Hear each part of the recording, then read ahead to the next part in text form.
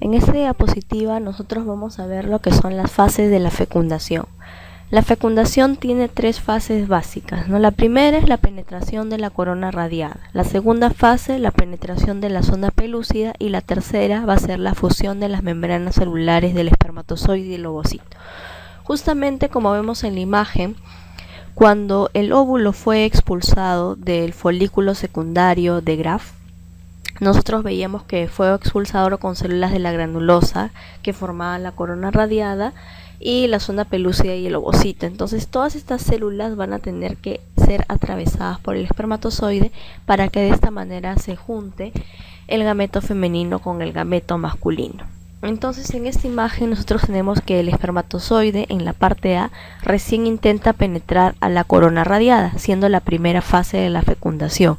En el espermatozoide número B vemos lo mismo y en el C vemos que ya ingresó, ¿no? Entonces la primera fase va a ser la penetración de la corona radiada. Esto quiere decir que de los 200 a 3 millones de espermatozoides que son depositados en el aparato genital femenino, solamente unos 300 a 500 van a llegar al lugar de la fecundación y de ellos solamente uno va a fecundar. Los demás sirven solamente para ayudar a penetrar lo que son las barreras que van a proteger al gameto femenino, ¿no? Entonces los espermatozoides que han sido capacitados, es decir, que han perdido su membrana, sus glucoproteínas, van a poder penetrar con libertad lo que es la corona radiada, y eso se va a dar principalmente a una enzima, la enzima hialuronidasa, que va a ser liberado desde el acrosoma del espermatozoide, ¿no? Además, también contribuye este proceso de penetración de la corona radiada lo que son las enzimas de la mucosa tubárica que contribuyen a lo que es la dispersión.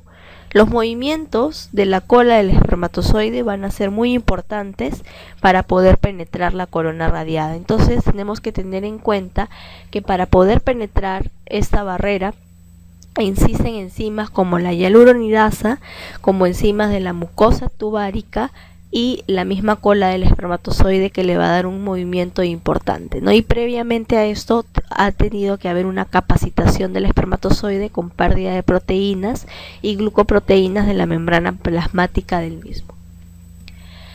La segunda fase de la fecundación va a ser la penetración de la zona pelúcida, ¿no? Y la zona pelúcida es una zona en la cual va a proteger mucho al ovocito, ¿no? Entonces el paso del espermatozoide a través de esta zona pelúcida es la fase esencial, ¿no? Porque acá cuando ya atraviesa ya se va a dar la fecundación en sí. Entonces las enzimas, ¿no?, que existen, como por ejemplo las esterasas, las acrosinas, la neuraminidasa, van a disolver a la zona pelúcida y van a crear un trayecto para que el espermatozoide pueda alcanzar al ovocito.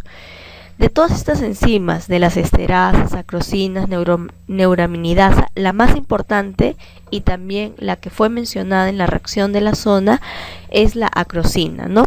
La acrosina es una enzima proteolítica, ¿no? Entonces, esta es la que va a participar en la reacción de la zona, como podemos observar acá. La zona pelúcida es una zona que está formada por diversas glucoproteínas, entre ellas la zona pelúcida 3, que es la más importante y que participa en la reacción acrosomal, ¿no?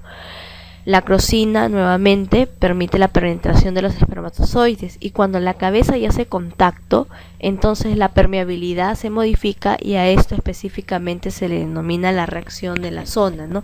¿Por qué? Porque va a ser una reacción en la cual hace impenetrable a los demás espermatozoides al lugar de la fecundación, ¿no? Hace que exista, que gracias a estas enzimas, ¿no?, lisosómicas, modifiquen a la membrana citoplasmática del ovocito y también a la membrana de los espermatozoides. Ahora, la tercera fase de la fecundación viene a ser la fusión de las membranas celulares del ovocito y del espermatozoide, ¿no? Se da por una interacción de lo que es la integrina del ovocito y los ligandos, ¿no?, de las desintegrinas de los espermatozoides. La membrana que cubre el acrosoma va a desaparecer en la reacción acrosómica y solo ingresa la cabeza y la cola y no la membrana plasmática. Esto es muy importante debido a que en la clase anterior habíamos dicho como vemos en esta imagen, que el espermatozoide va a estar formado por una serie de partes, ¿no? La cabeza, el cuello, la pieza intermedia o el cuerpo y la cola.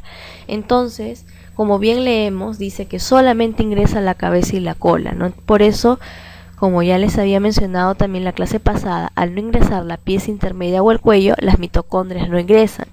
Y es por eso que las enfermedades que son de tipo mitocondriales son por herencia de línea materna más no paterna, justamente porque en el periodo de la fecundación no ingresan las mitocondrias, ¿no? Entonces, en esta fase de fusión, las membranas plasmáticas del ovocito y el espermatozoide se fusionan y van a romper el área de la fusión. La cabeza y la cola entran, ¿no? Y la membrana no ingresa. Recordar bien ese dato.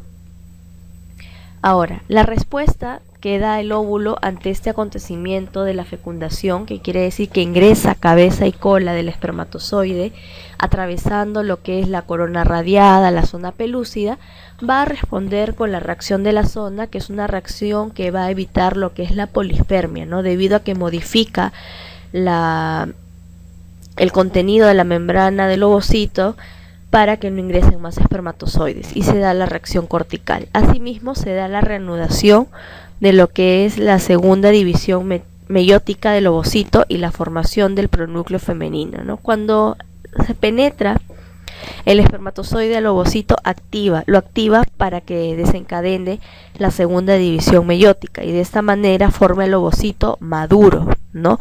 Y al segundo cuerpo polar. Entonces, cuando ya el ovocito está maduro, se puede convertir en lo que es el pronúcleo femenino. Asimismo, activa el metabolismo del óvulo para que dé lugar a los acontecimientos del embarazo.